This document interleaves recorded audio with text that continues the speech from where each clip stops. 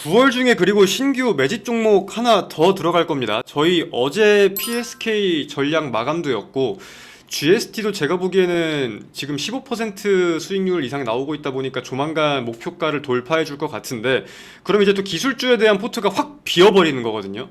근데 기술주 그리고 반도체에 대한 관점 저는 계속 이어갈 수밖에 없다고 매일같이 말씀을 드리고 있습니다. 그렇다면은 지금 장세에서 더 부각되기 좋을 것 같은, 지금 반도체 호재와 가장 맞물릴 수 있는 그런 종목을 하나 더 편입할 필요도 있다고 저는 생각을 해요. 그래서 9월 중에 FOMC 전후의 증시 흐름을 보면서 한 종목 정도는 더 편입할 생각이 있다, 편입을 할 거다, 이 포인트를 알아주시길 바랍니다. 저희 가장 마지막 중장기 종목이 지금 제약바이오한 종목 들어가고, 그전에는 AI 정책주 하나 들어갔는데 이제 반도체에 대한 턴이 다시 한번 온 것 같아요.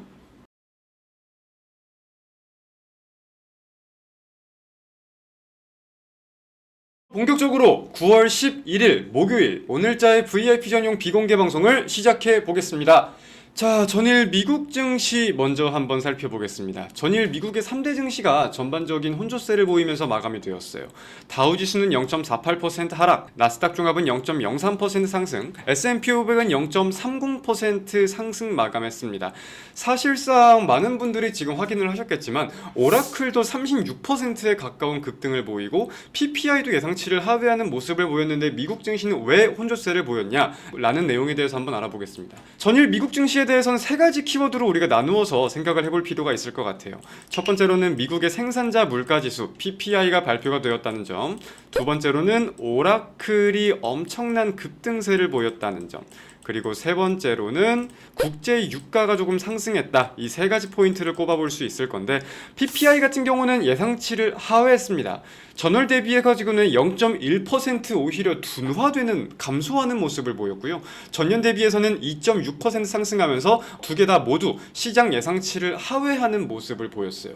그래서 이거를 우리가 조금만 까본다고 하면은 사실 물가 지표가 조금 안정적으로 나올 것 같다까지는 저희가 어제 어느 정도 말씀을 나누었었습니다. 근데 사실 제가 개인적으로 생각하는 거는 이거는 약간 예상할 수 없는 숫자가 나왔다고 생각을 해요. 첫 번째, 관세발 영향이 그래도 어느 정도는 드러났어야 하는데 사실상 거의 드러나지 않은 수준이라고 생각을 합니다. 8월부터 지금 본격적으로 관세가 발효가 시행이 된 것은 맞는데, 개인적으로 따져보는 내용은 트럼프가 물가 상승을 막기 위해서 기업들에게 좀 무언가 압박을 주고 있는 게 아닌가 라고 미국에서 지금 막 이런 내용들이 제기된다고 하더라고요. 저도 어느 정도는 좀 공감이 되기는 하고, 왜냐면은 진짜 예상하지 못한 수준의 숫자가 지금 나온 거니까 뭐 그렇습니다. 그리고 두 번째로는 서비스, 도매, 소매 가격 하락이 조금 눈에 많이 띄었습니다. 이거는 경기 둔화에 대해서 분명하게 조금 설명해주고 있는 숫자다라고 설명을 할 수 있을 것 같은데, 무튼 PPI는 이 두 가지의 내용이 좀 맞물리면서 예상치 못한 숫자가 나왔다, 이렇게 이해해 볼 수 있을 것 같아요. 그래서 이제 금리 인하의 기대감도 더욱 커지고 있는 게 분명한 사실이고, 9월 FOMC에서 빅컷에 대한 가능성도 조금씩 더 목소리가 커지고 있는 상황인 것 같습니다.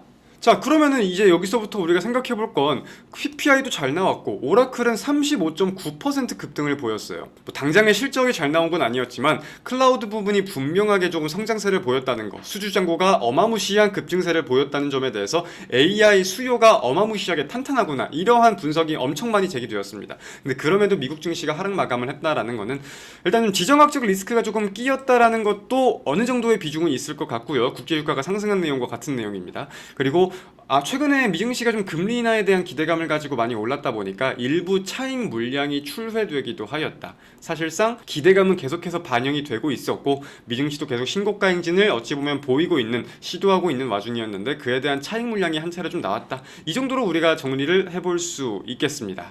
지금 대체거래소에서는 전반적으로 종목들이 다 강세이긴 하지만 칩스앤미디어가 간만에 또 좀 수급이 들어오고 있거든요. 최근 거래대금이 뭐 10억, 20억 보통 그 사이 왔다 갔다 하다가 지금 대체거래소에서만 50억이 넘게 들어오고 있는데, 특별한 이슈가 있던 것은 아닙니다. 하지만 이제 반도체에 대한 순환매가 돌면서 칩스앤미디어, NPU에 대한 좀 기대 심리도 반영이 되고 있는 게 아닌가라고 첫 번째로 생각해 볼 수 있겠고, 칩스앤미디어는 연말로 가면 갈수록 부각이 될 수 있는 이슈가 하나 있어요. 일전에 구글과 퀄컴과 삼성과 함께 비디오 코덱을 개발하고 세계 최초 기술에 대한 걸 개발을 하고 상용화를 시키겠다는 포부를 발표한 적이 있었잖아요. 그리고 제가 IR팀에 물어봤을 때도 그 당시에도 예정대로 진행이 되고 있으며 올해 안에 상용화를 할 수 있을 것 같다, 공개를 할 예정이다, 이렇게 말을 했습니다.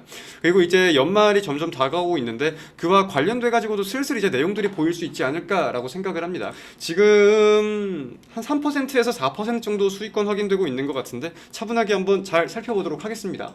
자, 그리고 저희 GST도 지금 한 17% 수익률 확인되고 있습니다. 4거래일 양봉을 보이면서 계속해서 수익률이 커지고 있는데 목표가까지 이제 얼마 남지 않았습니다. 저희 목표가가 22,400원으로 제가 기억을 해요. 20% 수익률을 목표하고 있는 그런 종목이니까 한번 목표가 달성을 해줄 수 있는지 차분하게 잘 지켜보도록 하겠습니다. 자, 9월 11일 국내 증시 개장했습니다. 자, 그리고 저희 전일 오후에 PSK 30% 넘는 수익률로 전량 마감했습니다.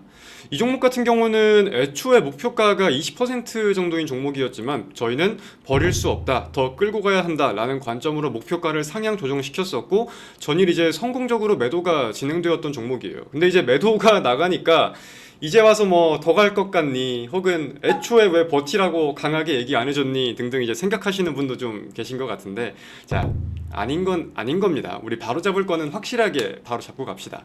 PSK 같은 경우는 저희가 반도체에 어떤 악재가 있었어도 그리고 어떤 호재가 있었어도 그냥 현금 쥐고 있다고 생각하고 홀딩하라는 관점만을 계속해서 말씀드린 종목입니다. 방송에서 계속 말씀드린 종목이라 다들 알고 계실 거라고 생각을 해요. 오히려 이 종목의 유일한 변수였다고 하면은 목표가에서 팔기가 아까워가지고 전략을 벗어난 거는 이제 목표가를 상향 조정시킨 게 전부고, 다른 대외 변수는 이제 손실 구간에서도 수익 구간에서도 크게 신경 쓰지 않았던 게 사실입니다. 그죠?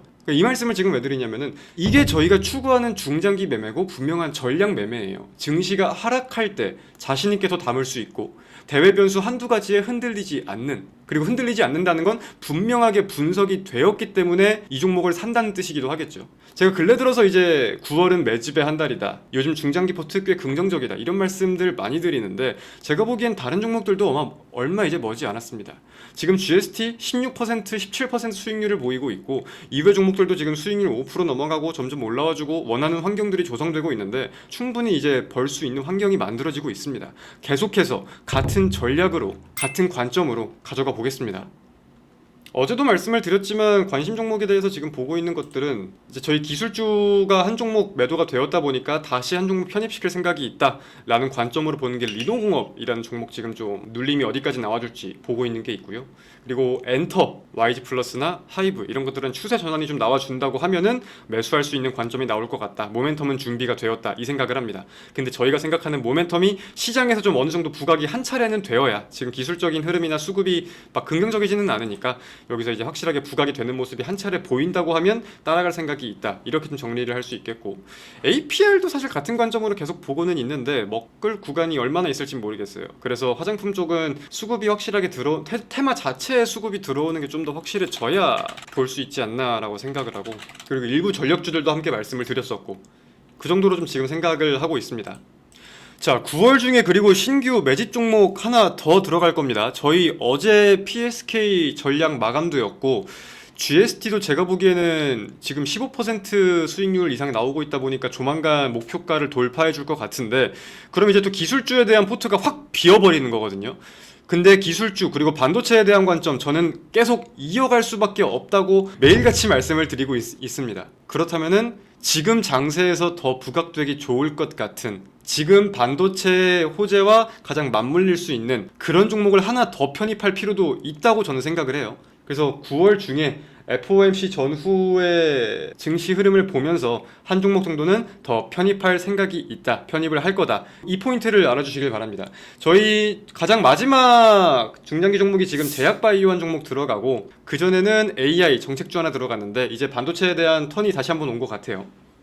개별 종목들의 흐름을 볼 때 증시 흐름이랑 같이 보면 되게 좋아요. 특히 단타 매매 좋아하시는 분들은 증시가 오를 때 편승해서 오르는 종목인지, 혹은 증시가 혼조세를 보이거나 빠질 때 오히려 수급이 들어오는 종목인지, 뭐 국제유가, 방산, 전쟁 이슈가 터져가지고 오르는 이런 게 아니더라도 증시와 테마주들의 관계는 꽤나 연관성이 깊은 경우가 많습니다. 지금 같은 경우는 증시가 빠지면서 엔터주에 제가 보기엔 반등이 나오고 있다고 보이거든요. 이거는 증시가 빠질 때 엔터주가 오르는구나, 이렇게 공식을 우리가 세울 수 있는 게 아니라, 최근 증시의 상승은 기술주가 주도를 했잖아요. 그 대표적인 게 삼성전자랑 SK하이닉스고, 근데 거기서 수급이 빠지니까 거기서 이제 잔존 남아있는 증시에 대기하고 있는 그 수급들이 분산되는데, 그게 지금 엔터주로 가고 있다, 이렇게 이해를 하는 거죠. 쉽게 말하면 최근에 솔직히 삼성전자랑 SK하이닉스가 수급을 다 뺏어 먹었던 거잖아요. 그게 분산이 되고 있는 과정인 거다. 그런 개념으로 이해해보면 좋을 것 같습니다. 자, 오늘 방송은 여기서 마무리하겠습니다. 저는 그럼 내일 뵙도록 하겠습니다. 고생하셨습니다. 내일 만나요. 안녕.